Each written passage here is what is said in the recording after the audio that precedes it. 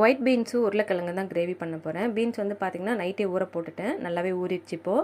காலையில் ஒரு 2 உருளைக்கிழங்கு மட்டும் கட் பண்ணி போட்டு நல்லா வாஷ் பண்ணிவிட்டு குக்கரில் போட்டாச்சு. அது கூடவே பார்த்திங்கன்னா உப்பு, தண்ணி கொஞ்சம் ஊற்றிட்டு நல்லா வேக வச்சிடலாம். ஒரு 4-5 விசில் கொடுத்தீங்க அப்படின்னா தான் நல்லா வெந்துடும்.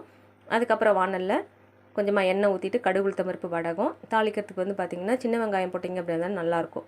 கருவேப்பிலை கொஞ்சம், தக்காளி, இது கூடவே உப்பு கொஞ்சம் போட்டுக்கணும். மஞ்சத்தூள் கொஞ்சம் போட்டுட்டு நல்லா வதக்கிக்கணும். உப்பு போட்டிங்க அப்படின்னா தான் தக்காளி நல்லா வதங்கும்.